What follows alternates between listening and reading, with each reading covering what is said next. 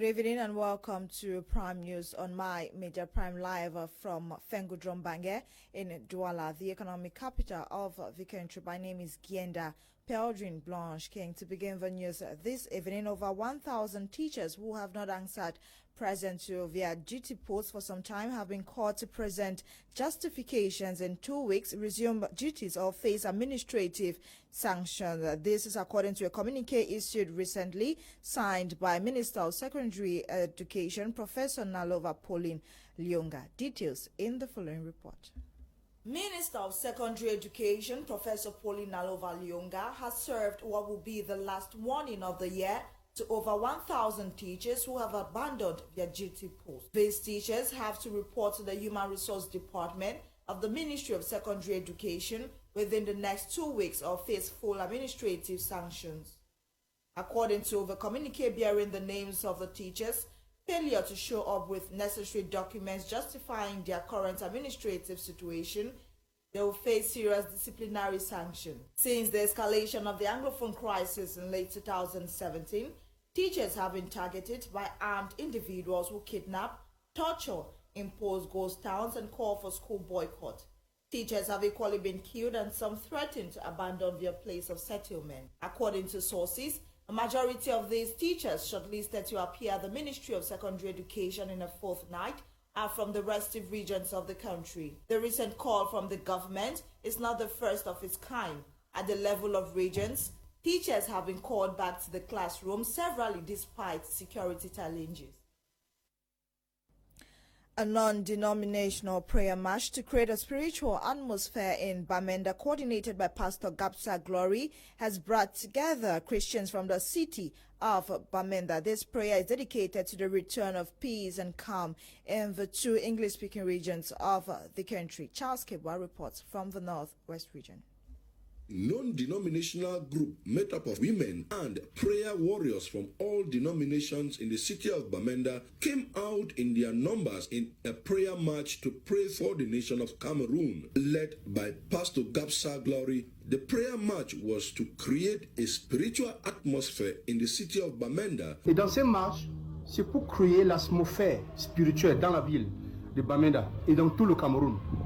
Le Cameroun est à la saison, n'est-ce pas, de délivrance. Et ça commence par Bamenda. As they prayed at the city Kmer square and other parts of the town to dismantle altars said to have been built to destroy the city and the nation, Pastor Gapsa Glory, coordinator of the non-denominational prayer group, said the enemy has taken advantage of the people to provoke the ongoing crisis, and it's time God's people say no. Pray for deliverance and heal the nation. We speak against every evil altar of politics in this place. Yes. We speak against every evil altar of tradition. Yes. We speak against every evil altar of Father of Takumba. Yes. We speak against every evil altar of whatever crisis we are facing today. Yes. In the name of Yeshua. Amen. The prayer march that has begun in Bamenda will move to other regions to pray to God Almighty. No power against God's people will prosper. Believes only God is solution to the present ongoing crisis rocking the two Anglophone regions and Cameroon. We believe in our God in heaven, that only God is our solution in this situation, and we have been praying, and we came out today including women, and women, they were crying on the ground because this land needs healing. Amongst the prayer march were pastors from the upper house of prayers who urged believers and people to pray ceaselessly for God's divine intervention for peace and normalcy to reign in the country, especially the two Anglophone regions. Member of Parliament for Manchum South, Honorable Walang Richard Eboa, has pledged financial assistance to ensure frequent water supply in Dakwinaikom community in Wom. The water tank project near completion has been welcomed by the people of that community, and if completed will serve the community and its environs. Charles Kebwa reports.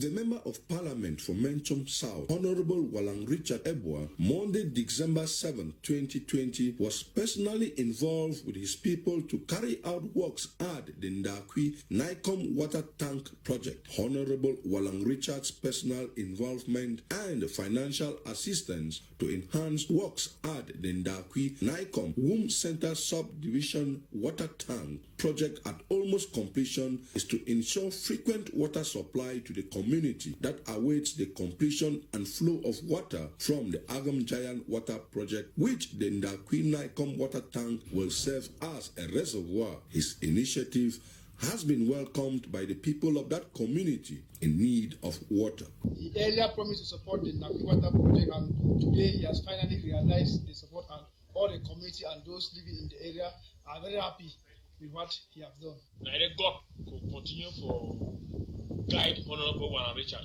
because that team will be thanked again because the team did not play the past. Even for school resorption, that bridge was Chibaku, all sides, so they tried all the necessities to come from this one central. The Ndakwi Nicom water tank project, if completed, will provide frequent water supply to the community and its environment.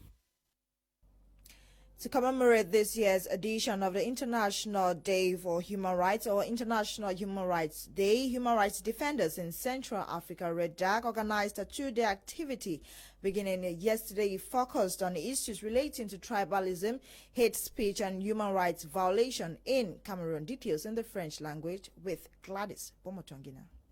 Le REDAC, en partenariat de travail avec les Nations Unies, ont tenu hier une réunion en vue de la célébration de la 12e édition de la Déclaration universelle des droits de l'homme, avec pour thème « Reconstruisons mieux, défendons les droits de l'homme ». Dans cette lancée, ils ont tenu à parler des violences récurrentes en Afrique et au Cameroun en particulier, violences s'exprimant tant physiquement que de manière verbale, et portant ainsi atteinte à la dignité humaine. Le REDAC travaille avec les Nations Unies. Donc, on célèbre aujourd'hui la 72e édition de la Déclaration universelle des droits de l'homme. Et le thème, c'est de construire mieux, défendant les droits de l'homme. Le contexte camerounais, c'est comme si les Nations Unies ont choisi ce thème pour le Cameroun, reconstruire mieux. Nous sommes aujourd'hui, qu'on le veuille ou pas, dans une situation très grave. Il faut qu'on reconstruise mieux. Et donc, pour nous, reconstruire mieux, c'est d'abord questionner quels sont les mots qui minent le Cameroun aujourd'hui.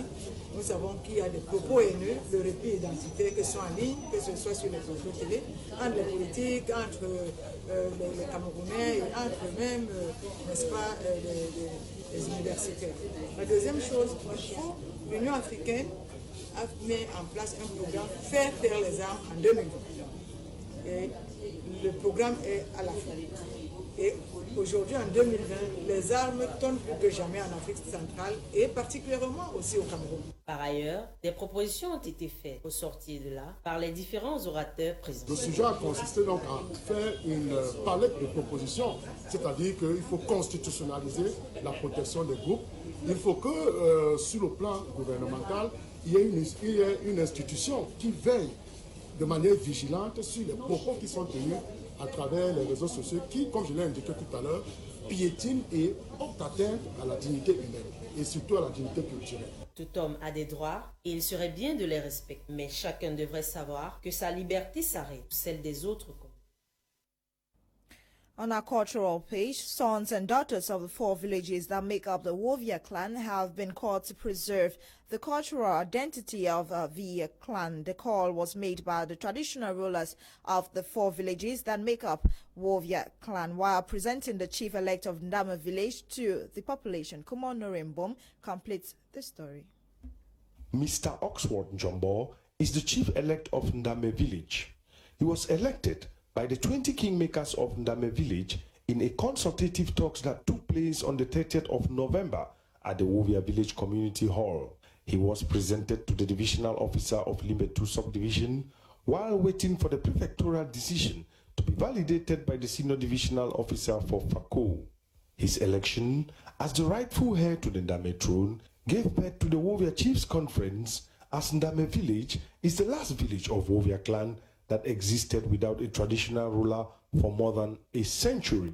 I'm satisfied with the because they look at me and they choose me because they see the leadership skill in me and give me the battle of command that I can handle the issues of Ndame. That's why we selected me. I'm happy for them, and before then, I'm happy for the Almighty God to make this day come to pass. This come together of the 4 villages that make up the Wovia clan has 2 objectives. The very first objective is to introduce Chief Oxford Njombo to his population as the chief elect of Ndame village. The second objective is to rally the sons and daughters of the 4 villages of Wovia clan, which includes Botalan, Wovia, Mondoli, and Ndame villages, to preserve their cultural heritage. The island became full. So the part of it came to Botalan. That's why it's called Molondi. Molondi means our island is full and part of it has come down. The other part went to Mondoli and the other part went to Ndame. Ndame and Mondoli, their population started decreasing because there's no drinkable water in those islands. So they started coming and joining their brothers in Newtown and Botalan and Wovia. And finally, the Germans even removed them from there and put them in Dogyard. But they could not stay in Dogyard, so most of them left and went to Newtown. Originally, the Ndame people were the first settlers in Newtown. History have it that the 4 villages that make up the Wovia clan have one ancestral parent who happens to be a Kande and a Kuli. A Kande was a fisherman from Fernando Po who migrated to Bomboko and got married to Princess Ekuli. They later migrated to settle in Bota Island to ease their fishing activity. While in Bota Island, they gave birth to children and their population increased. Their settlement became unfriendly due to the eruption of Mount Fako and the absence of drinking water, which caused them to flee to other settlements like Mondoli village, Newtown, and Botalan.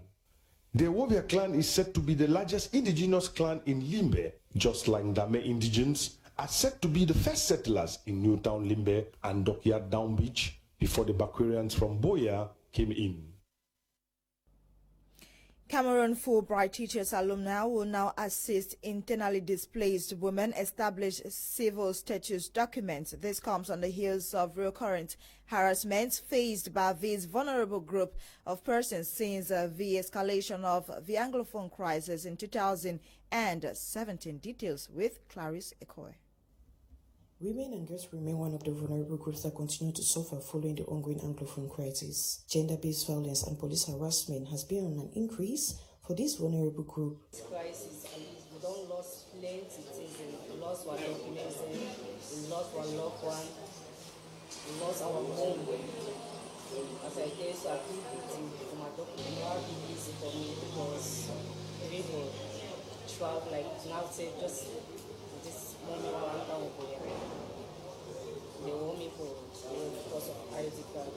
It is on this backdrop that this project to empower female IDPs was launched in Boya. Since the outbreak of this crisis, a number of women who have reported cases in which police officers have victimized them because they lack particular documents like ID cards and birth certificate.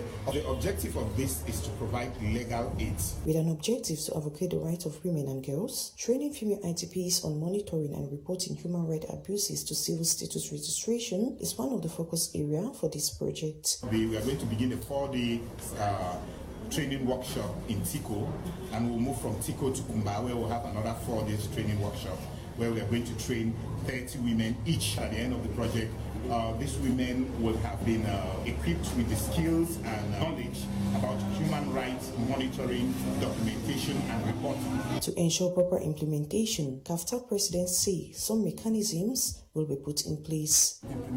Throughout the implementation process, we monitor and evaluate, because as teachers, we are not just teachers in the classroom, we are teachers in school and teachers in our community. So we need to show that we can be teachers all over, and this is exactly the kind of things we do. We encourage members to move to the society, having the community, and impact lives and bring changes. And that's why we're here as the umbrella organization with partners with other organizations to help support this wonderful initiative. Apart from training female IDPs, the project also seeks to establish civil status documents such as birth certificates and identification cards for some 300 female IDPs. Today marks day 2 of activities of the PanAfrican Conference and Cultural Festival currently taking place at Deka Hotel here in Douala. Darling Gonde gives us updates of the ceremony so far. It is day 2 of the Pan-African Conference and Cultural Festival, PanAfis, and on this maiden edition, participants have come from in and out of the country, where they are currently receiving a shift in ideological conceptions towards a retrace of the true African identity, amplified with a cross range of eruditic speakers in the likes of Professor Patrick Lumumba from Kenya, Dr. Nick Mwanyam, Apostle Ambe Valentine, but not limited to Professor Mark Anthony. The 2020 edition of PanAfis is unfolding under the theme, The Entrepreneurial and Economic Advantages of the African Culture. In reshaping mindsets, Apostle Ambe Valentine, one of the main speakers during the conference, says, every taxation system you see in Africa was introduced by the colonialists because they did 4 things to bring Africans under control. Number 1, through conquest. Number 2, through hard labor, forced labor. Number 3, through taxation. So every tax you see in this continent is what? Is coming from the colonial background. Organized by the United Africa for Economic Empowerment, UNAFI, the continental president now talks more about non-profit. The main idea is for the emancipation of our minds and the economic emancipation of Africa. So we are focusing on how to educate Africans on how to be Africans, because that's one of the things that is lacking among us. Africa is the richest continent in the whole world, right? The richest continent, but it has poor people. Why does Africa have poor people? Africans are poor, but Africa is rich. The poverty in Africa is not something that is natural, it's created. It has been created to maintain Africa in the state in which it is, so that Europeans can actually loot Africa to enrich their continent. But it's time for Africans to rise up and take over what belongs to them. The event, which kicked off yesterday, is expected to end tomorrow with an award-giving ceremony alongside the display of a multifaceted genre of African cultures and cuisine. Cameroonian activist Andre Blaise Same has been arrested. He was arrested again yesterday by the police in Douala after installing the monument of famous comedian Jean-Michel Cancan around Aqua. The statue was demolished by the police prior to his arrest. A type of content in the French language. À regarder cette photo, l'on se croirait face à la parution du célèbre artiste comédien Jean-Michel Cancan avec un regard d'humour décédé il y a de cela longtemps. Mais ce n'est qu'un monument installé par l'activiste camerounais Andre Blaise Sama pour valoriser l'icône africaine. Sauf que le chef-d'œuvre a été démoli hier mercredi par les forces de maintien de l'ordre qui ont aussitôt arrêté l'auteur. Surnommé le combattant, Andre Blaise Sama est un révolutionnaire camerounais connu pour avoir été emprisonné suite à la destruction des monuments des figures coloniales dans le pays. Plusieurs fois, il a décapité la statue du général Leclerc. Depuis presque 20 ans, ce militant a fait de son combat le remplacement des effigies, les noms des rues de l'histoire coloniale par les héros nationaux et africains. Pour l'instant, il se trouve entre les mains de la police en attendant sa libération. Out of the country, the second phase of COVID-19 pandemic has been announced in Ghana, and published results have confirmed Nana Akufo-Addo as the winner of the just ended presidential elections in Ghana. These and more up next with Fon Quinta. South Africa's Health Minister Zweli Mekzi has declared a second wave of coronavirus as the country is now experiencing a surge in cases, with 6,709 new infections registered yesterday, December 9, 2020. The majority of the new cases are from Western Cape, and that is 30% of the positive cases today in the 24 hours are from Western Cape, followed by Eastern Cape, which is at 24%, then KwaZulu-Natal, which is 23%, and Gauteng province, which is 17%. These together These together are indicating the provinces that are driving the numbers that are going up at this point.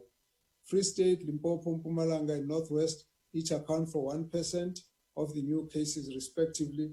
And of course, Northern Cape even accounted for less than 1%. According to Health Minister, there was a spike in infections among those aged between 15 to 19 years believed to be due to large number of parties involving young people drinking alcohol with no adherence to safety measures.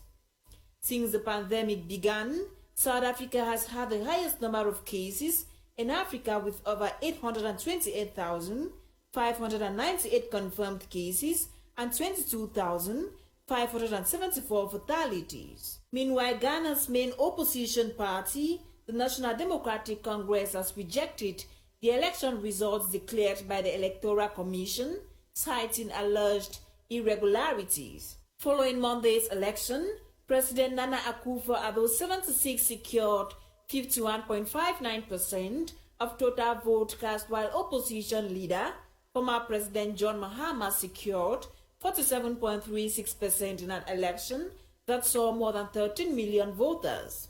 The West African country, known as the bastion of stability and democracy in the region, witnessed election violence this year, with reports from the police that 5 people were killed in election-related violence. Over in Kenya, health workers protested over poor working conditions during the coronavirus pandemic, which they say have caused the death of their colleagues. The medics blamed the death of colleagues on lack of protective equipment, such as surgical masks, and absence of health insurance. The demonstrators also held a vigil outside the health ministry in Nairobi, paying tribute to a colleague who died on Monday after contracting the virus. According to Kenyan Medical Practitioners and Dentists Union, about 40 healthcare workers have succumbed to the virus while working on the front line, with an estimated number of about 88,000 Kenyans reported to have contracted the virus since the first case was reported in the month of March. Let's join Bokengo Kemia Worthy for World News. As the COVID-19 pandemic keeps tolling high across the globe, the United States President-elect Joe Biden outlines his top goals for addressing the coronavirus, with the first urging Americans to wear a face mask for just 100 days, within which he says 100 million vaccine doses will be delivered across the country within his first 100 days of administration.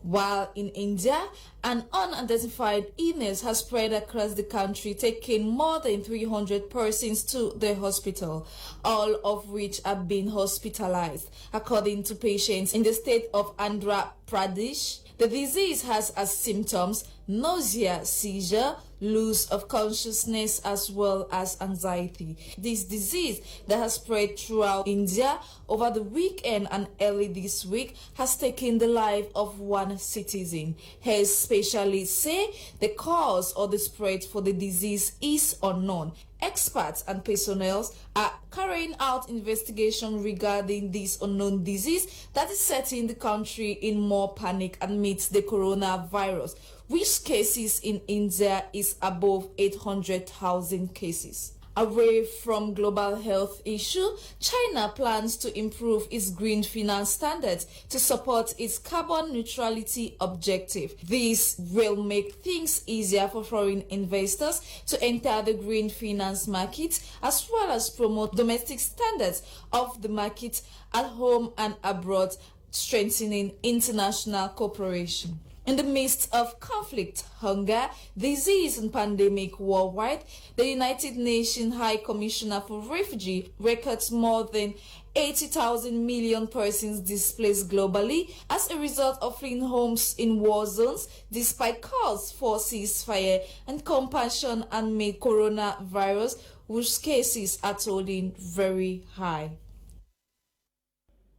In sports, Cameroon Football Federation has condemned the racist slang Negro used by a match official to describe former Indomitable Lioness Pierre Webo during a Champions League match pitting Paris Saint-Germain and Istanbul Başakşehir Island. Sama reports. The Cameroon Football Federation, Fcfa, has added its voice to many others who have reacted to allegations of racism by a Champions League match official on former Cameroon international football player Pierre-Achille Webo, who is the current deputy coach of Turkish Istanbul Başakşehir club.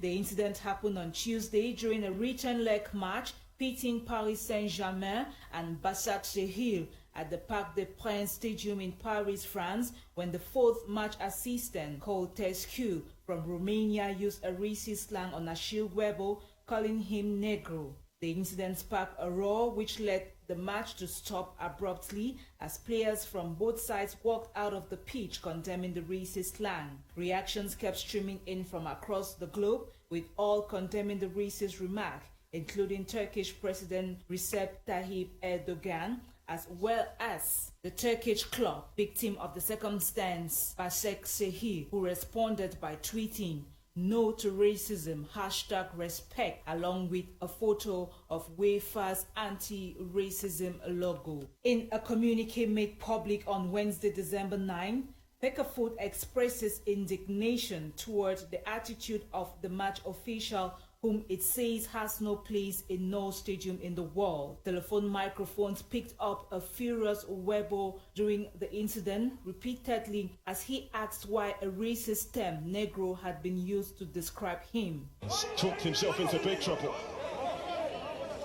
Of course, another factor playing in front of the empty stand. The Federation also hailed Achille Webo's attitude in response to the remark, which drew the attention of the world football family on the phenomenon of racism killing the spirit of sport worldwide. However, the Union of European Football Association, UEFA, in a statement promised to open a thorough investigation into the incident, rescheduling the match, which was played on Wednesday, beginning at the 13th minute, where it stopped with a new team of match official, and saw Paris Saint-Germain thrashing Başakşehir 5-1. It is worth noting that in the world of football, racism has been on the rise, with blacks suffering the most, as such demanding stringent measures to stamp out the unhealthy phenomenon. Thanks, Eileen Sama, for ending today's edition of Prime News on My Major Prime. The news was coordinated by Faith Tataberonyoy, produced by Ewane Eline Olinga. My name is Genda Pelgin Blanche King. Join us tomorrow at 6:30 Cameroon time for the last edition of the week. Stay tuned to My Major Prime at 7 p.m. Kumluna will be live. Enjoy today's edition of Prime Hour. Good night and happy viewing.